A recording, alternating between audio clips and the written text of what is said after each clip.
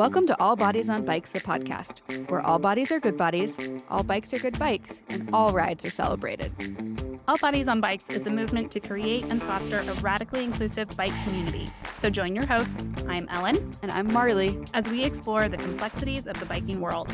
Help us break down barriers and create the world that we want to see. And don't forget that all bodies really means all bodies, not just larger bodies, but bodies of all sizes, Ages, races, abilities, genders, sexualities. and beyond. Come along for the ride. Well, hey there, Ellen. Welcome back to the All Bodies on Bikes podcast.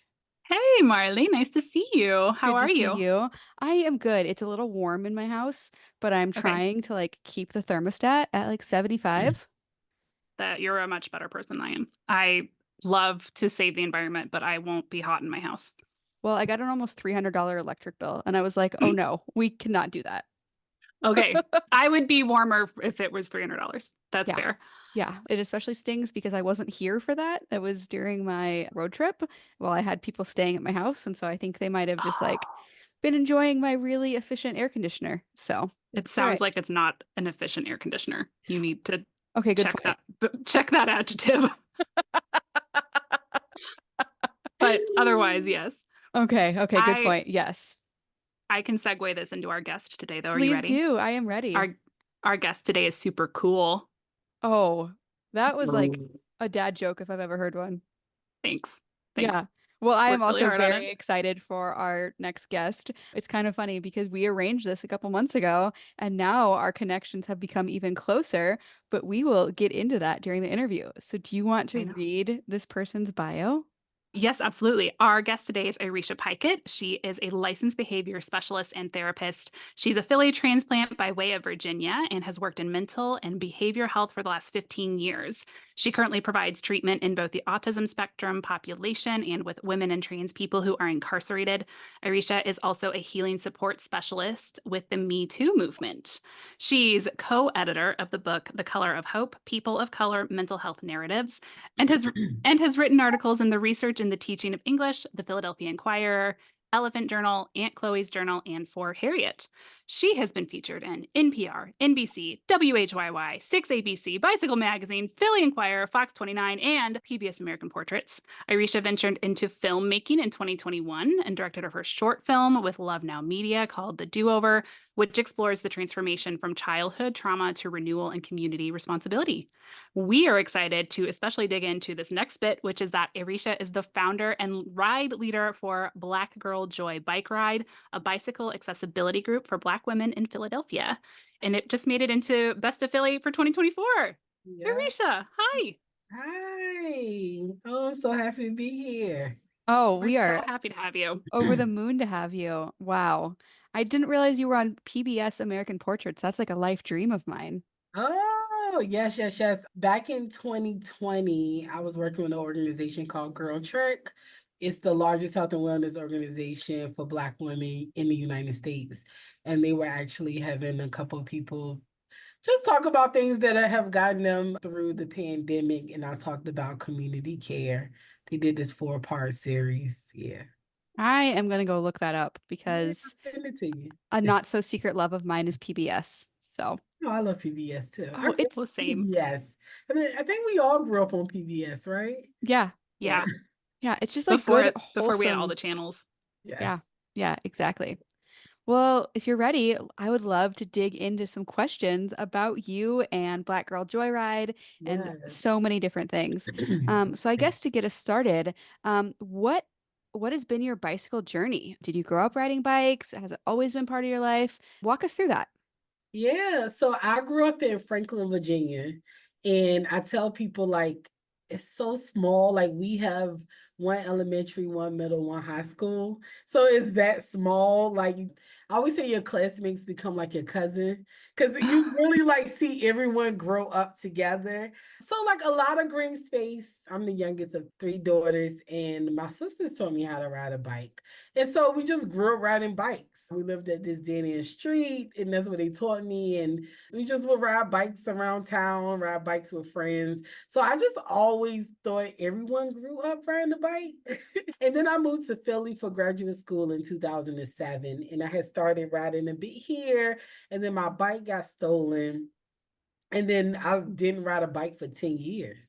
Then the pandemic happened, and I was like, I have all of this time. I was working from home, and I was like, I need to fill this space with things. And I know getting back to bike riding was something that I had always wanted to do, and I just felt like it was a great time to do it. So I started riding bikes again, and that 4 years later, I'm here. Nice. Nice. Yeah. What was it like to come back as an adult? Did you feel anything differently?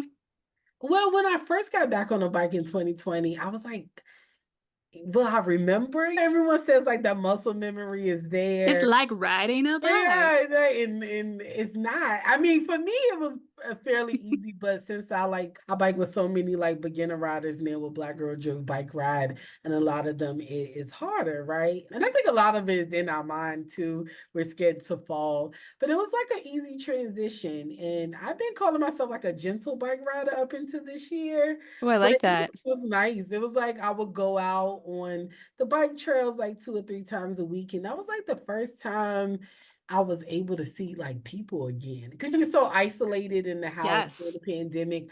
And I was like, people were outside biking and roller skating and walking and being with their families and friends. So it was really nice. That's so That cool. sounds Did wonderful. did you run into any barriers or did you have any challenges coming back to the bicycle as an adult?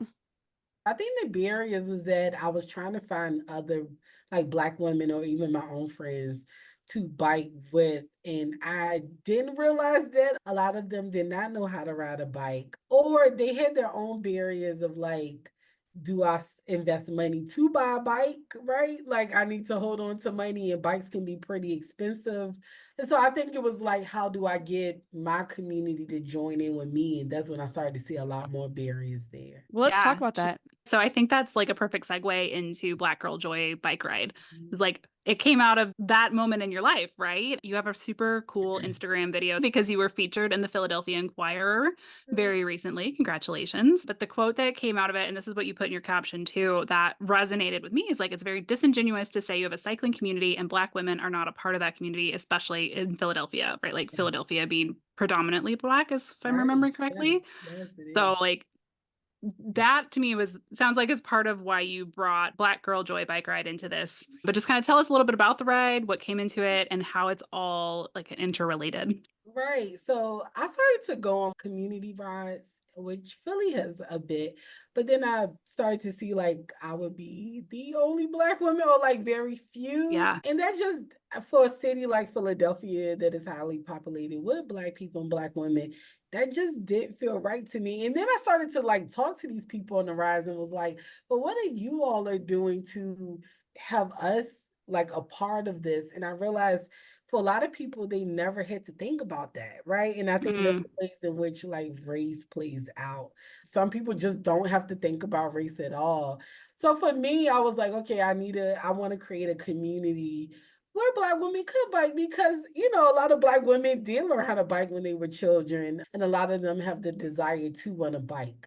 And so I had this friend who worked for this place, it's called Deeply Rooted. And she said, oh, they're giving grants for people to get more of Philadelphia community doing things back into nature. And I don't know, it was like she said you should apply for it. And I was like, oh, I'm gonna use this money to get Black women on bikes. It was just like one of those like light bulb moments, and I applied for it. And we used the money so we have a great ride share program here called Indigo. And so I was like, if I could take the barrier of way of accessibility, like Black women don't have to think about bikes, they don't have to think about buying a helmet, they just have to show up. And I think that is why women show up. They just don't have to think about another thing. And so the program is very easy. And every other Sunday, we ride together, mostly on like a bike path because there was a lot of concern too of like safety. We have a lot of like bike deaths in Philadelphia. And I know Black mm. women was telling me they wanted to feel safe doing this. So that's how Black Girl Joy Bike Ride came about. It just makes me smile to think about because those are similar conversations that we have with folks at All Bodies on Bikes. But we haven't gone so far as to securing a grant to make bikes accessible to folks. So Mhm. kudos on that because that's a big logistical lift. Not easy. No, it's not easy. Thank you. And this is our second year, and we got it again for next year. So I'm always thinking like, oh, I hope we get it to continue this program. But I feel like a lot of the women are starting to feel empowered to purchase bikes. Some women who rode the Indigo bikes last year, they have come this year with their own bikes. So they're getting like a bit comfortable riding their bikes. So that makes me smile like you want to continue your journey. And I just applied for another grant because I would like to get some of these women like really great bikes that could last for a while and they could just explore. I feel like got a lot of great bike trails and they can just go out and ride on their own. Because I feel like that's really how you kind of build that endurance for biking and you just kind of go out there and get it. So Yeah. I like that you built something so purposefully. The way you described the rides that you were going on at the beginning of your story is like as if the organizers were like, well, if I build it, they will come and it will reach everybody of every creed and color without an issue. right. There are no other barriers to consider here. And you took it upon yourself, like, look to your community and say, there's all kinds of barriers. Let me remove some. And I think that's a really important point when you're building community around anything. It's like, no, like you have to be so purposeful to include people who don't look like Yeah, you. absolutely. And to have a great reflection of the city you live in, right? Yeah. Like I said in the video, I don't know how you can even have any community and don't have Black women there because we are Yeah. community oriented people. So, yeah, I'm so happy Black Girl Joy Bike Ride exists. And maybe you both know this too. Of sometimes when you're leading a program, it's sometimes you don't feel it in the moment because you're handling all of the Yeah. logistical things. But when you hear the stories and you like people are so gracious and happy that this exists, you're like, it's all worth it. Yeah, Oh, absolutely. I definitely experience that with all bodies on bikes because you get so caught up in the minutia and the details and worrying about if everybody's having a good time that it's hard to sometimes take a step back and realize the impact that you're having and the community that you're building. Yes. Yeah. So, what does a typical ride look like? I know the Philly Inquirer had a quote that was, if you're looking for a fast-paced, competitive biking group, Black Girl Joyride is not for you, No, which this I is not love. it. Yeah. But talk Right. to us. If a black Yes. woman shows up to a ride, what can she expect? What does that look like? So Bright Indigo has been a great partnership. So they would actually stock the bikes at the bike rack. It holds about 14 to 15 bikes. So I'll release them. Women show up. If they don't have a helmet, I get them fitted for a helmet. And shout out to Better Bike Share because they gave me like Nice. 4 big boxes of helmets that have been very useful. So just like walking women through the bike of like the seat should be like waist level if they've never ridden the bike before, if they're new, these are the gears. You just talk amongst themselves as I get everyone situated.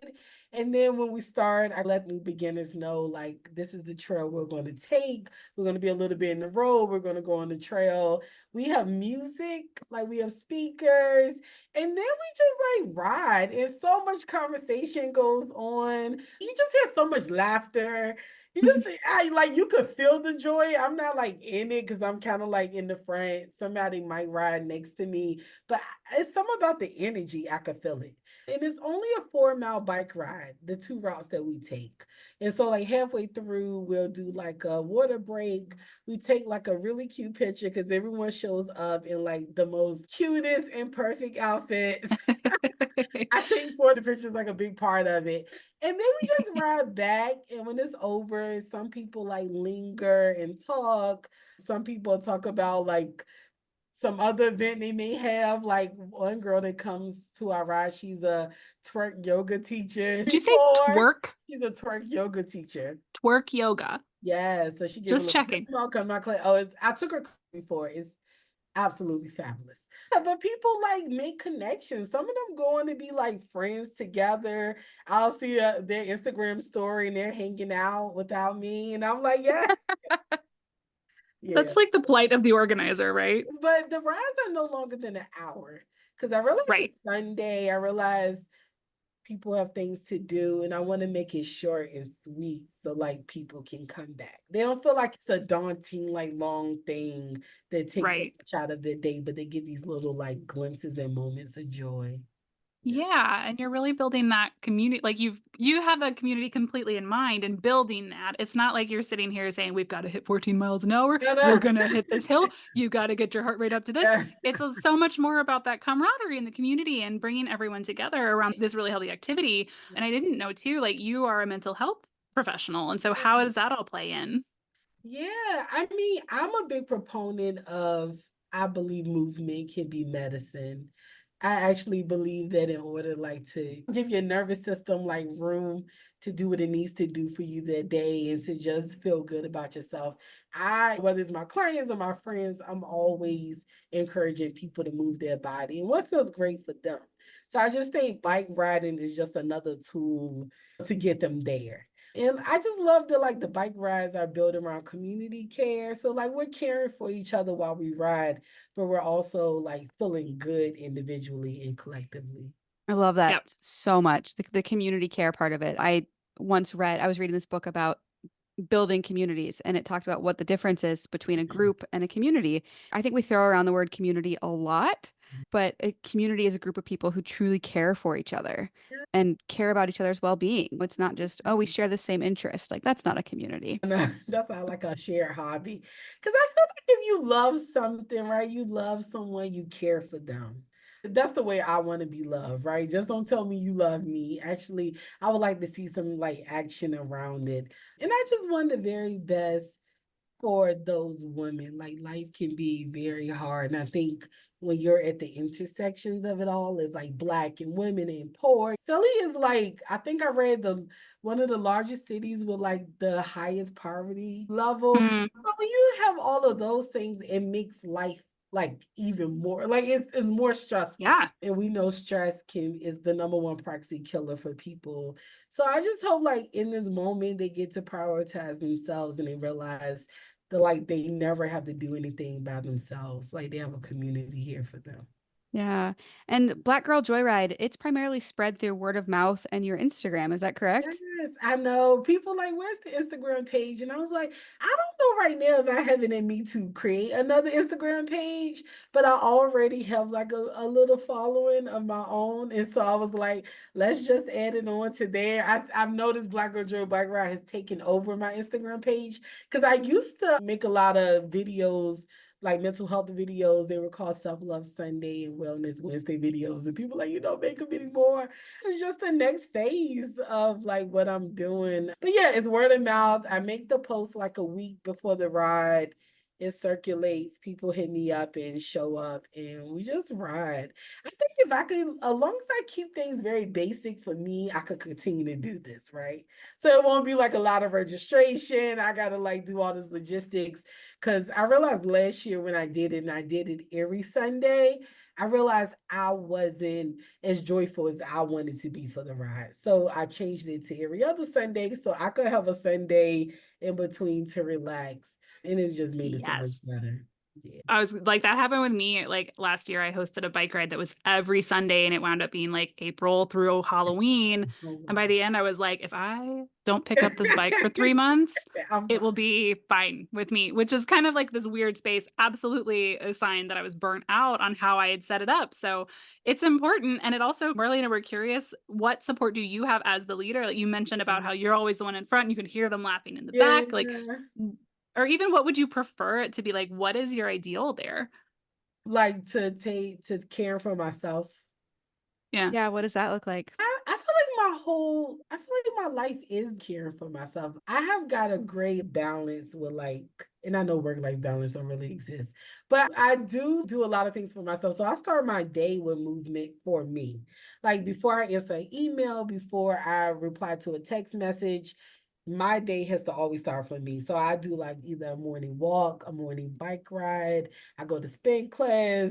Sometimes I go lift weights in the morning, which I'll do like tomorrow. But I just need like that time, like an hour and a half just for myself. And it really sets the tone for the day. So I always say like Iresha first, everyone second. So while Black Girl Joe Bike Ride is my baby, I love it. Like no one's gonna get more from me than me. So that just goes by my day. I work, I come home, I'm always like doing activity with friends. I'm doing something for me. So I make sure that like whatever I'm working on creating, it benefits me as well, but I'm bringing the people and community along for the ride. Yeah. Yeah. As you think about expanding it, do you have any thoughts on how to bring other people kind of into that leadership role? Yes. So next year, I definitely would like to have ride leaders. And I feel like some of the women, especially the ones who have like this their year two, I think they're ready. Some of those same women who have their own bikes. It would be nice to have like, I can ride in the middle or in the back and they can take over. And I think it would just make them feel like more empowered as cyclists and leaders as well. Yeah, that's a similar trajectory to how All Bodies on Bikes got going. I was leading all the rides at first, and then Kaylee was helping me when she was in town and we were in the same place. And then we realized this is just unsustainable. We need help. Yeah. And it's such a cool feeling when you can trust people to live out your vision. And then you see it happening, and it's like you get to ride in the middle or you get to ride in the back. And it's like, holy cow, this is actually working. Like we Yes. are And building look at that. community. Yes, and they listen, I tell people Black Girl Driven Bike Ride is I may have started this, but I would love for people to take this blueprint and just plan it and watch it grow elsewhere. Like you can have the blueprint, and you can learn how to make those connections and keep going. It's something that I'm not gatekeeping at all. Yeah. Is there a certain type of leadership quality or like openness that someone would need to present? I think consistency. Yeah. Yeah. I think a lot of people have great ideas. I don't think I'm the only one who probably have had this great idea, but I think it's something about when you can show up and you can continue to show up. I think that builds trust in people.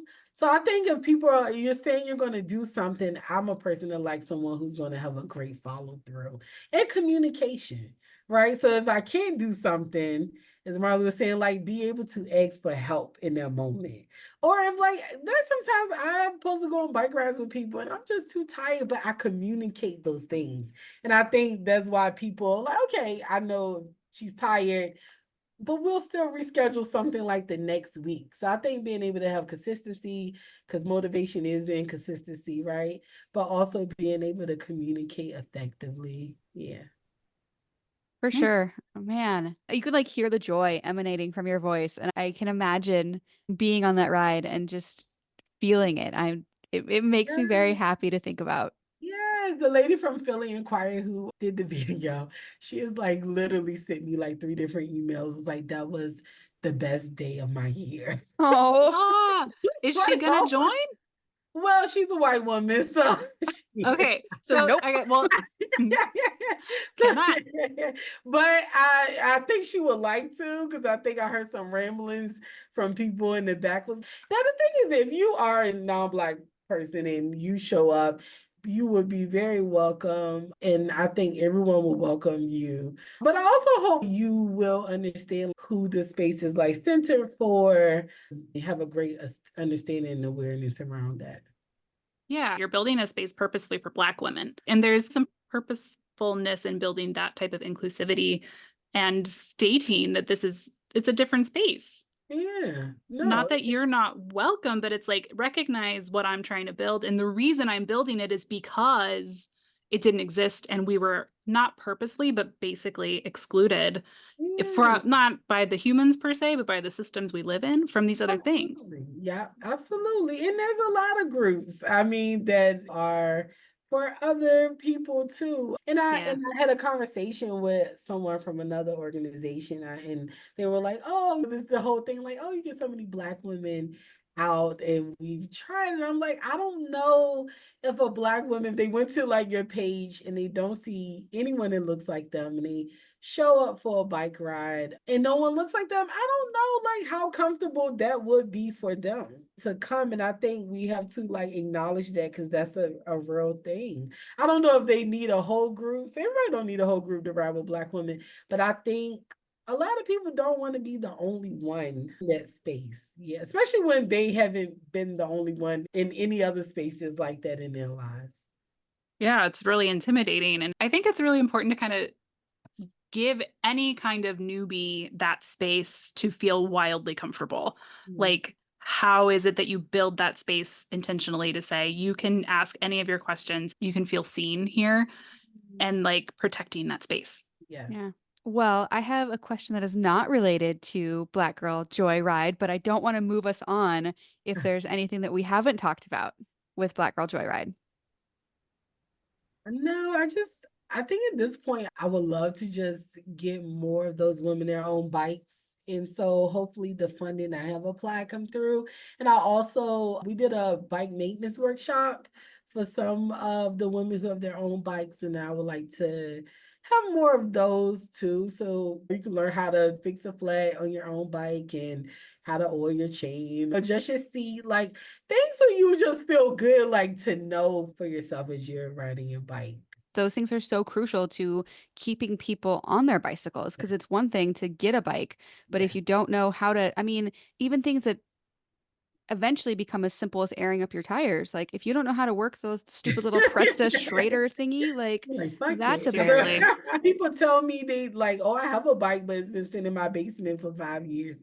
I get that a lot because I think they got a flat and they felt so discouraged. And so they just said, fuck it. When I first started riding bikes, I thought a flat tire was like, oh, I need to go buy a new bicycle. I didn't know that was something that you could fix. Yeah. Like my family, I didn't come from a family that like was a bunch of fixers. And so I took it to the bike shop and I was like, my bike is broken. And they were like, no, it's just your tire. We can fix this for you. And I've We since got this. learned how to Watch do our it. But magic behind the scenes. We're going to go step behind this curtain. I oh, was going to ask, so our listeners are across the country. Is there a way that they could support you from afar?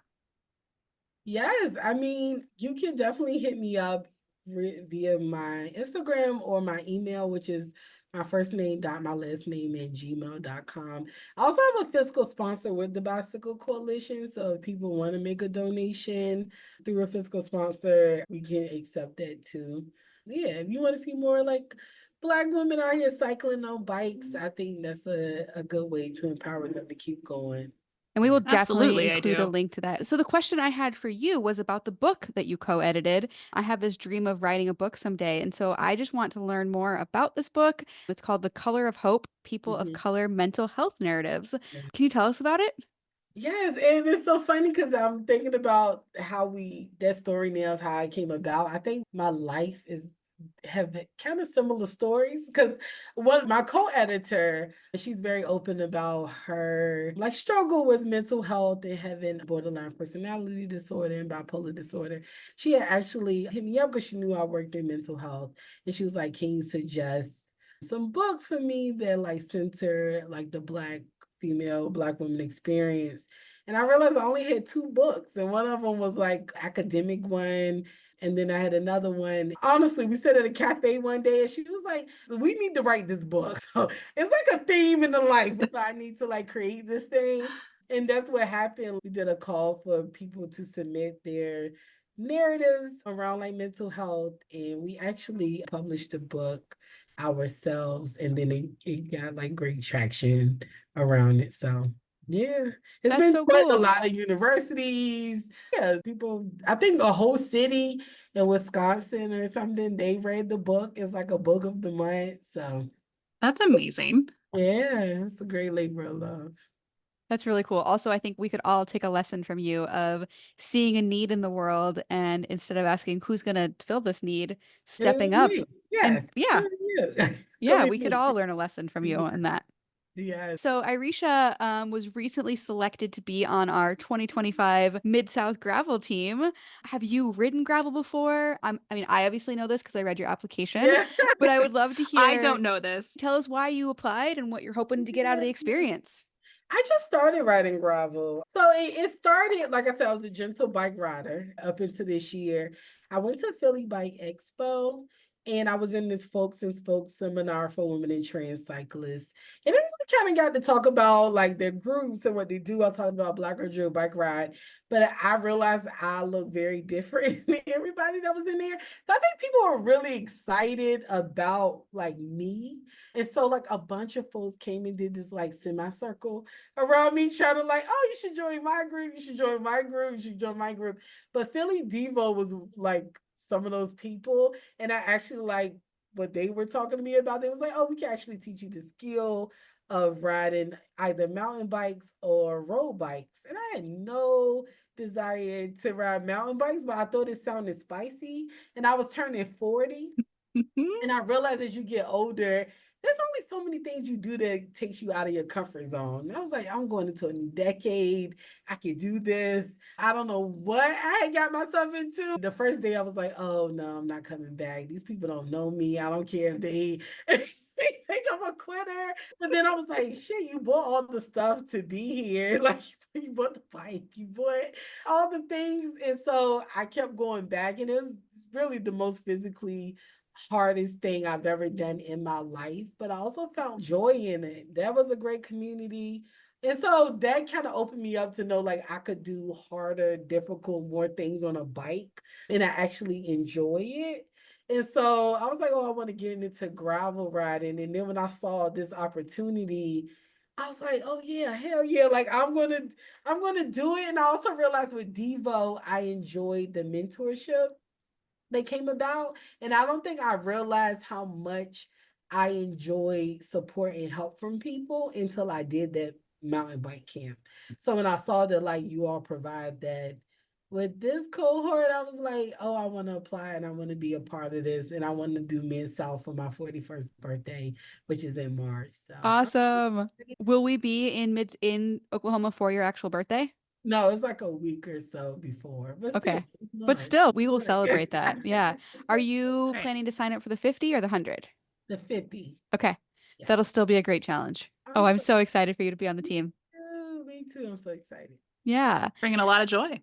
exactly. Yes. And I get so many Black women who reach out to me and was like, I never thought about riding a bike. Or I get fat body women reach out to me. It was like, I didn't even know a bike could hold me until I seen you on a bike. So I think representation is so important. So I hope like myself doing this that really can encourage other people to say that this can be for me too. Absolutely. I think that's an important piece too of Black Girl Joy bike ride is showing up as your authentic self and you ride bikes. It's like Yeah. can be for you too. Yes, and you can and show up in whatever body you have and do it. I think representation is very important, and I don't think we think about that enough in the cycling community. I agree. Yeah. You're doing it, Marley. Like everybody I know knows Marley. Like my Black friends, my white friends. That's how I know like she's a superstar. Like, like it's like, oh, you're gonna be on that podcast. But I like the last article you wrote about like pace. Cause I think that's so important. I get people who reach out to me too. And like I went to a bike ride and everybody left me in the left me in the dust. And so like I'm never going back. I only did 1/4 of the bike ride. And so I just think all those things are important to address. They really are. Yeah. I also just don't understand how people are so fast. Like even when I'm trying super, super hard, I'm not that fast and I just don't get it. Like, Yeah, what is happening here? I'm not fast either. I don't know. You got a carbon bike? I not my gravel bike. I have a carbon mountain bike, but I'm not fast on that one either. So, yeah. The heels for me. I'm working my personal cycle goal is like working on elevation because I hate going up hills and climbing. But I have no idea when I see people just like go up them fast. And I'm like, I don't know if it's gravity of my I would say body. I That's think it's gravity. I think okay. gravity treats us differently. Yes, Yeah. yes. They just Yeah. have hidden e-bikes or like they've got a hidden motor somewhere. I think so. Motor You've got, doping. I yeah. think so. Marley, you have good content about hill climbing though too. I do. Yeah, I'll send you an article, Iresha, that I wrote about how I came to make peace with hill climbing. Yes. You got some tricks too? Just low and slow. Just go as slow as you need to. Like a I think we have one last question from that Marley's going to say. Am I? I thought, didn't you just say in the Oh, I chat? said, do you want to ask the last question? Oh, geez. We're so good at this.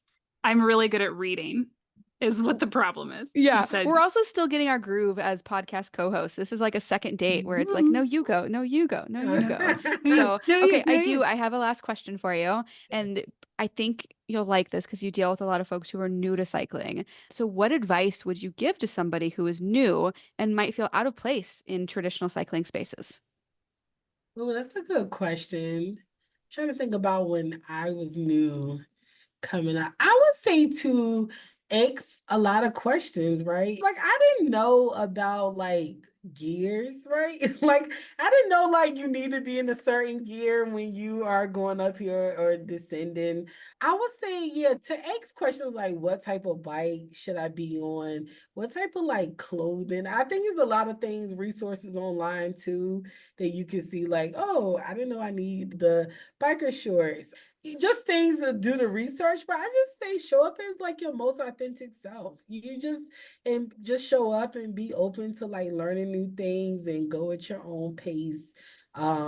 You're not showing up to race in a marathon or anything, and just have fun with it. But if you're just like going to be a person who's going to be in the back, just have fun. Turn some music on, bring a friend to do it with you. But I think you have to just be able to kind of focus on your journey as you're doing it, because you're going to see all those people that's going to go around you that's going to go fast, or they're going to have like fancy bikes. They're going to might even be doing some tricks, but like you're your own person, you're your own journey. So yeah, ask questions and have fun. Yeah, everyone started somewhere. You're just at the Yes, start. exactly. Yep, yep. And also like consistency too. I think for me, like, did I have I loved it all when I first started? No, but I realized the more I started like cycling and getting out there, the more my body just responded better to the whole cycling. The more you do it, the more you do it. Yeah. Yeah, the more you do it, the And then more it your just becomes body. part of your routine and becomes easier and then Yeah, all the things. Yeah. yeah, yeah. Okay. Sure. Well, it has Thank you been so much, Arisha. Oh, yeah, it's been thank such a pleasure you. to Thank chat with you. you. And I'm Yes, so grateful that we get to continue this relationship. So folks will yes, be seeing more of you on the All Bodies on Bikes Instagram and then yes. at Mid South. And really just grateful for all the work that you're doing in the Philly community and beyond. Because I think a lot of folks are going to hear this and say, heck, I could do that too. Yes, So, they can. They absolutely can. Yes. It was so great yes. to meet you, Ellen. You It's too. so good. Thanks. Yeah, this was fun. All right. We'll talk to you later, Iresha.